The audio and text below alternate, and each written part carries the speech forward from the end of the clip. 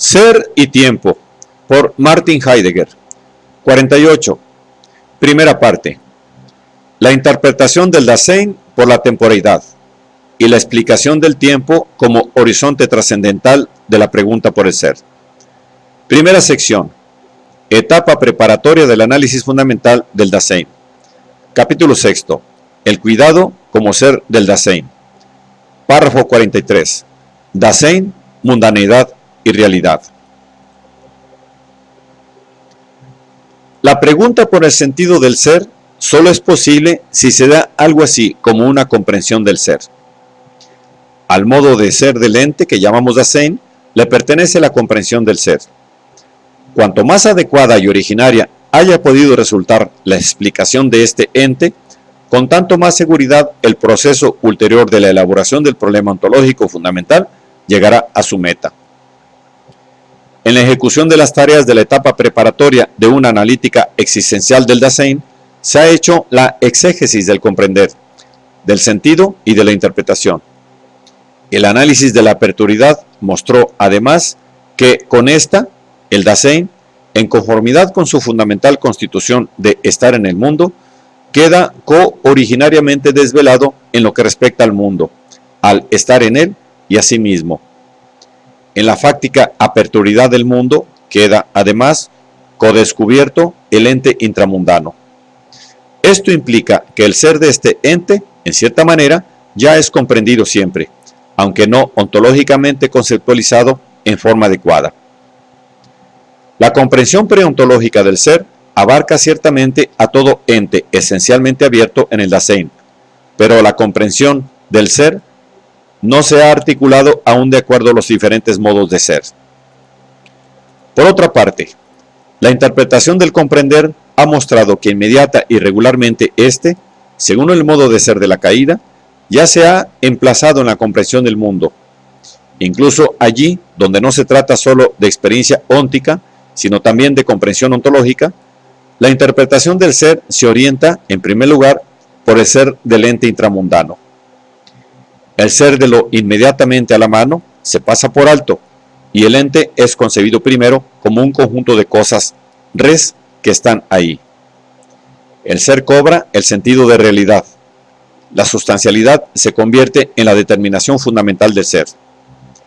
Correspondiendo a este desplazamiento de la comprensión del ser, también la comprensión ontológica del Dasein entra en el horizonte de este concepto de ser. El Dasein, al igual que cualquier otro ente, también está realmente ahí. De esta manera, el ser en general adquiere el sentido de realidad, realidad como efectividad y realitas como quiridad, posición intermedia del concepto de realidad objetiva en Kant. El concepto de realidad tiene, pues, una peculiar primacía en la problemática ontológica. Esta primacía obstruye el camino hacia una genuina analítica existencial del Dasein e impide incluso dirigir la mirada hacia el ser de lo inmediatamente a la mano dentro del mundo. Finalmente, ella fuerza a la problemática del ser en general a orientarse en una falsa dirección. Los demás modos de ser son determinados negativa y privativamente con respecto a la realidad. Por este motivo, no solo la analítica del Dasein, sino también la elaboración de la pregunta por el sentido del ser en general, deben ser arrancadas de su unilateral orientación por el ser en el sentido de realidad. Es necesario demostrar que la realidad no solo es un modo de ser entre otros, sino que ontológicamente se halla en una determinada conexión de fundamentación con el Dasein, el mundo y el estar a la mano. Esta demostración demanda una discusión a fondo del problema de la realidad, de sus condiciones y límites. Bajo el título de Problema de la realidad se entremezclan diferentes cuestiones. 1. ¿Acaso se da siquiera el ente que presuntamente trasciende la conciencia? 2. ¿Acaso esta realidad del mundo exterior puede ser demostrada suficientemente? 3. Supuesto que este ente sea real, ¿hasta qué punto es conocible en su ser en sí? 4. ¿Qué significa, en general, el sentido de este ente? Vale decir, la realidad. La consideración que expondremos a continuación del problema de la realidad desarrolla 3 puntos, en relación con la pregunta ontológico fundamental. Vale decir, inciso A, realidad como problema de ser del mundo exterior y de su demostrabilidad. Inciso B, realidad como problema ontológico. Inciso C, realidad y cuidado. Inciso A, realidad como problema del ser del mundo exterior y de su demostrabilidad. En el orden de las preguntas acerca de la realidad que hemos enumerado, la pregunta ontológica, que significa propiamente realidad, es la primera. Sin embargo, a falta de una problemática y de una metodología ontológica pura, esta cuestión, si es que alguna vez fue planteada explícitamente, no pudo menos de entremezclarse con la discusión del problema del mundo exterior, puesto que el análisis de la realidad solo es posible sobre la base de un adecuado acceso a lo real. Ahora bien, desde siempre se consideró al conocimiento intuitivo como el modo propio de aprehensión de lo real. El conocimiento intuitivo es un comportamiento del alma, de la conciencia, en la medida en que a la realidad le pertenece el carácter del en sí y de la independencia. La pregunta por el sentido de la realidad se enlaza con la pregunta por la posibilidad de la independencia de lo real con respecto a la conciencia, o, lo que es igual, por la posibilidad de la trascendencia de la conciencia hasta la esfera de lo real. La posibilidad de un análisis ontológico suficiente de la realidad depende de la medida en que haya sido aclarado en su ser aquello de lo que debe haber independencia, aquello que debe ser trascendido. Solo así será también ontológicamente comprensible el modo de ser del trascender. Finalmente, es necesario establecer el modo primario de acceso a lo real, en el sentido de resolver la cuestión de si en definitiva el conocimiento es capaz de asumir esta función. Estas investigaciones, que son previas a todo posible cuestionamiento ontológico de la realidad, han sido desarrolladas en la precedente analítica existencial. En ella se hizo ver que el conocimiento es un modo fundado de acceder a lo real. Lo real, por su misma esencia, solo es accesible como ente intramundano. Todo acceso a un ente tal se funda ontológicamente en la constitución fundamental del Dasein, en el estar en el mundo. El estar en el mundo tiene la constitución de ser aún más originaria del cuidado, anticiparse así estando ya en un mundo en medio del ente intramundano. La pregunta si hay siquiera un mundo y si acaso su ser pueda demostrarse es, en cuanto pregunta que plantea el Dasein como estar en el mundo, ¿y quién otro podría plantearla?, una pregunta sin sentido. Además, está afectada de ambigüedad.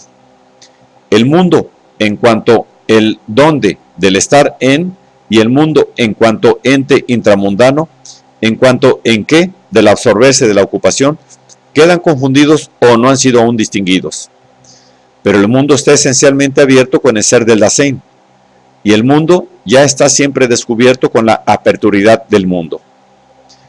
Sin embargo, el ente intramundano, precisamente en el sentido de lo real, de lo que solo está ahí, puede quedar todavía encubierto, pero incluso lo real mismo solo es descubrible sobre la base de un mundo ya abierto, y tan solo sobre esta base puede lo real quedar todavía oculto. La pregunta por la realidad del mundo exterior queda planteada sin que se aclare previamente el fenómeno del mundo en cuanto tal. Fácticamente, el problema del mundo exterior se orienta en todo momento por el ente intramundano, las cosas y los objetos. Y de esta manera, tales discusiones conducen hacia una problemática ontológicamente casi inextricable. El embrollo de las cuestiones, la confusión de lo que se quiere demostrar con lo que se demuestra y con aquello con lo que se hace la demostración, se puede ver en la refutación del idealismo de Kant. Kant llama escándalo de la filosofía y de la razón humana universal la falta de una demostración perentoria de la existencia de las cosas fuera de nosotros, que sea capaz de eliminar todo escepticismo. El mismo Kant propone una demostración semejante, presentándola como fundamentación del siguiente teorema: la mera conciencia empíricamente determinada de mi propia existencia demuestra la existencia de los objetos en el espacio fuera de mí. En primer lugar, debe advertirse expresamente que Kant usa el término Dasein existencia, para designar la manera de ser que en la presente investigación nosotros llamamos estar ahí.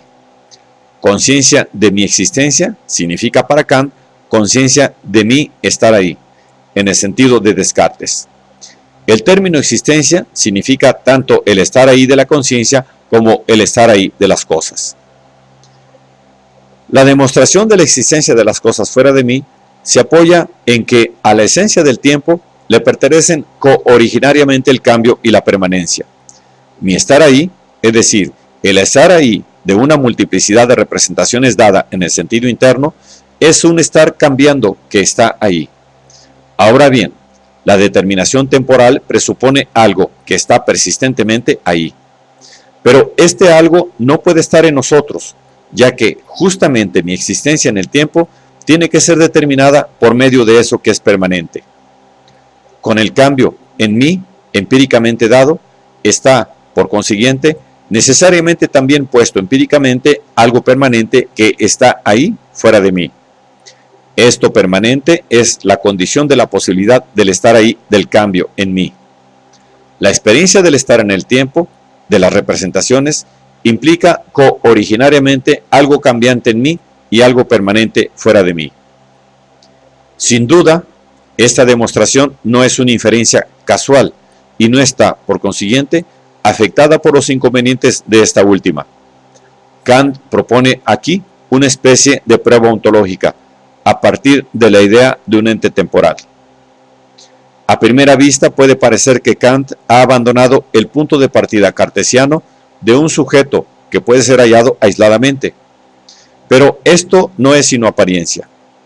El hecho de que Kant necesite una demostración de la existencia de las cosas fuera de mí indica que él toma como punto de apoyo para la problemática el sujeto, el en mí. La demostración misma se desarrolla también partiendo del cambio empíricamente dado en mí. En efecto, el tiempo que sirve de soporte a la prueba solo es experimentado en mí. Él proporciona el punto de apoyo para el salto demostrativo hacia el fuera de mí. Kant subraya, además, que el idealismo problemático, que sostiene solamente nuestra impotencia para demostrar por experiencia inmediata una existencia fuera de la nuestra, es razonable y conforme con una concienzuda mentalidad filosófica. Vale decir, que antes que se haya encontrado una demostración suficiente, no debe hacerse ningún juicio tajante. Pero, incluso si se hubiese renunciado a la primacía óntica del sujeto aislado y de la experiencia interna, la posición de Descartes seguiría, sin embargo, ontológicamente vigente. Lo que Kant demuestra, una vez aceptada la legitimidad de la demostración y de su fundamento, es la necesidad del estar ahí juntos de un ente cambiante y de un ente permanente. Pero esta yuxtaposición de dos entes que están ahí no implica siquiera que un sujeto y un objeto estén ahí juntos. E incluso, si esto fuese demostrado, seguiría, sin embargo, estando encubierto lo ontológicamente decisivo. La constitución fundamental del sujeto, es decir, del Dasein, como estar en el mundo. Que lo físico y lo psíquico estén ahí juntos es, desde un punto de vista óntico y ontológico, enteramente diferente del fenómeno del estar en el mundo.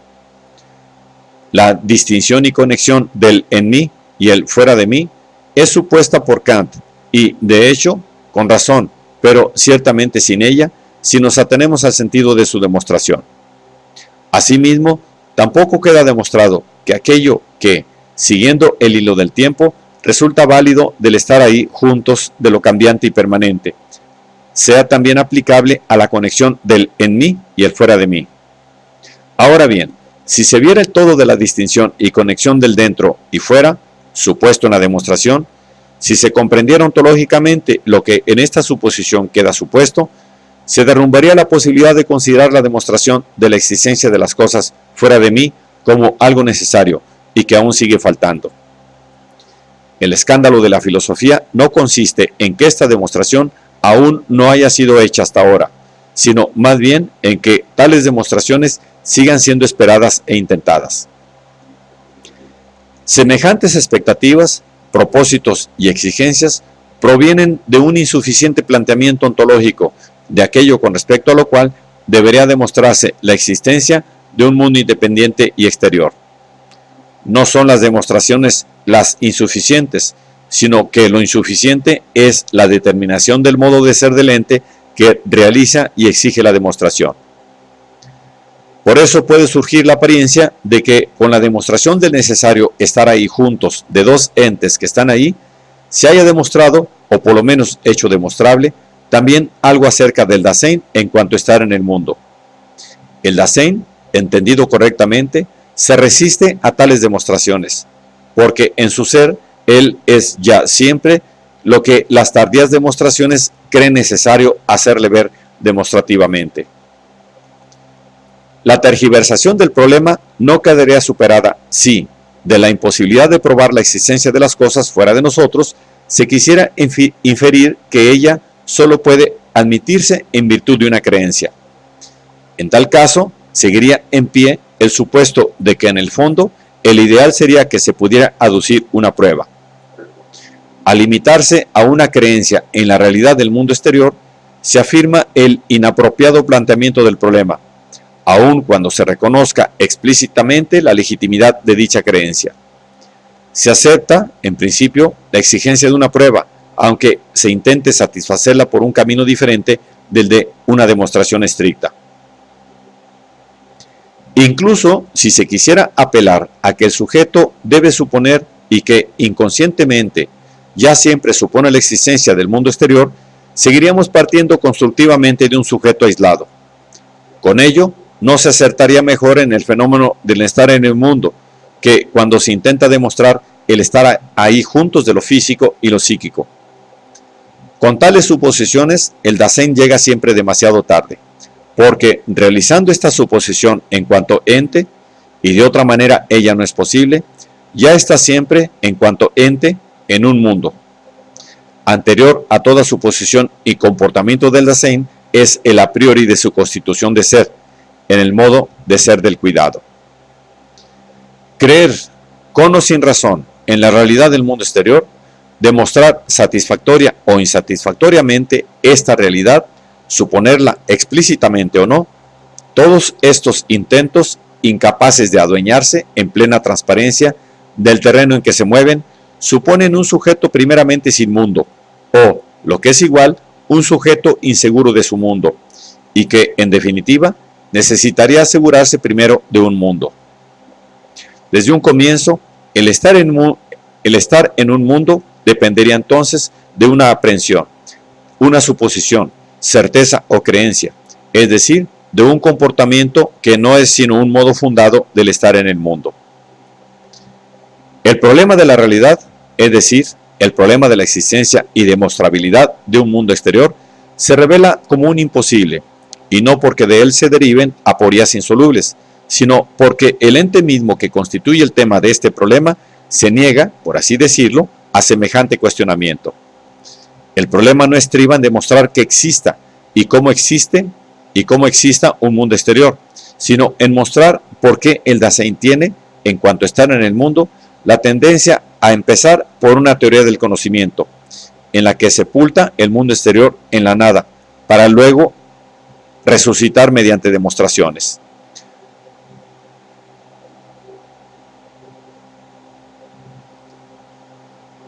El problema no estriba en demostrar que exista y cómo exista un mundo exterior, sino en mostrar por qué el Dasein tiene, en cuanto a estar en el mundo, la tendencia a empezar por una teoría del conocimiento, en la que sepulta el mundo exterior en la nada, para hacerlo luego resucitar mediante demostraciones. La razón de ello se encuentra en la caída del Dasein y en el consiguiente desplazamiento de la comprensión primaria del ser hacia el ser en cuanto a estar ahí. Cuando dentro de esta orientación ontológica el cuestionamiento es crítico, lo único que inmediatamente encuentra como ente que está ahí con certeza es una pura interioridad. Una vez desintegrado el fenómeno originario del estar en el mundo, se realiza sobre la base de lo que aún queda en pie, es decir, del sujeto aislado, su ensamblaje con un mundo. En esta investigación no es posible examinar in extenso las numerosas tentativas de solución al problema de la realidad, que han sido que han ido surgiendo dentro de las distintas formas de realismo e idealismo y de las posiciones intermedias. Aunque en todas estas tentativas podrá encontrarse, sin lugar a duda, un fondo de auténtico cuestionamiento, sería absurdo pretender llegar a una solución satisfactoria del problema sopesando lo acertado de cada posición. En cambio, es necesario llegar a la convicción fundamental de que las diversas corrientes de la teoría del conocimiento no yerran propiamente desde el punto de vista de las teorías del conocimiento, sino que, por haber omitido la analítica existencial del Dasein, no logran siquiera dar con el terreno requerido para una problemática fenoménicamente segura. Este terreno tampoco puede alcanzarse mediante ulteriores rectificaciones fenomenológicas de los conceptos de sujeto y conciencia, saltar dentro del Dasein. Tal procedimiento no da garantía de que, pese a todo, no se siga con el mismo inadecuado planteamiento del problema. Con el Dasein, en cuanto a estar en el mundo, ya está siempre abierto el ente intramundano. Esta afirmación ontológico-existencial parece coincidir con la tesis del realismo, según la cual el mundo exterior existe realmente. En la medida en que la afirmación existencial no niega la existencia del ente intramundano, esta afirmación concuerda en el resultado doxográficamente, por así decirlo, con la tesis del realismo, pero se distingue fundamentalmente de todo el realismo por el hecho de que éste sostiene que la realidad del mundo necesita ser demostrada y que además es demostrable.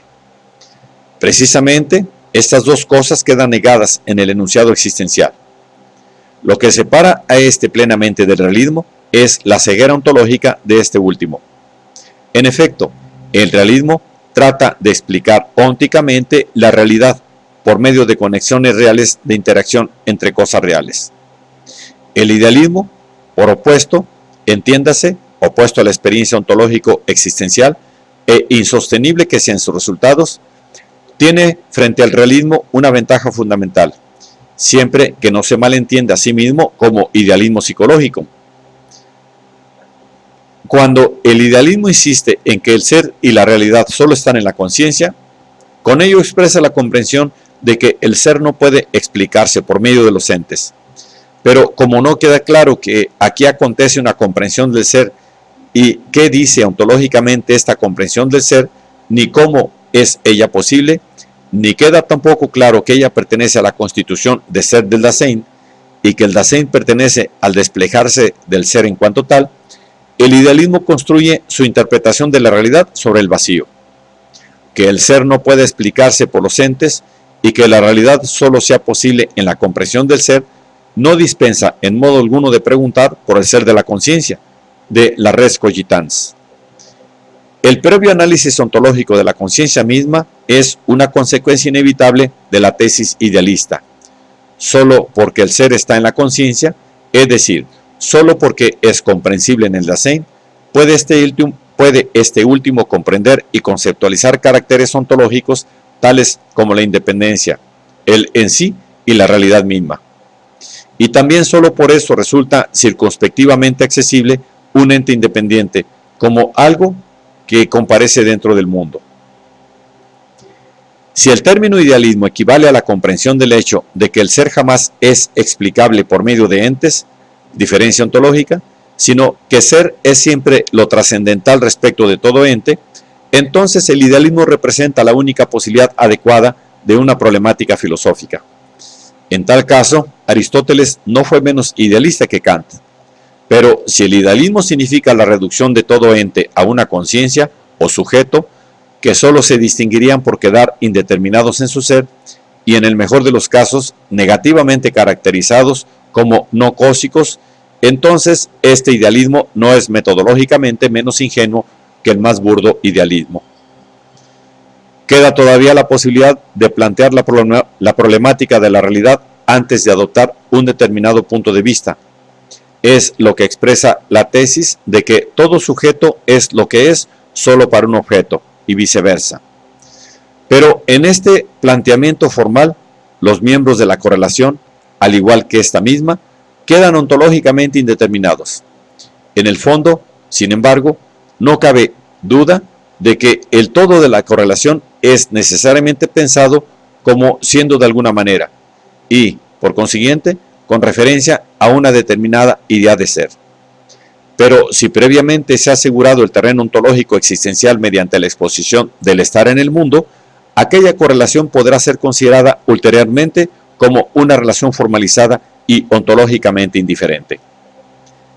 La discusión de los supuestos implícitos en las tentativas de solución del problema de la realidad, tan solo mediante una teoría del conocimiento, muestra que aquel tiene que ser reasumido como problema ontológico dentro de la analítica existencial del Dasein.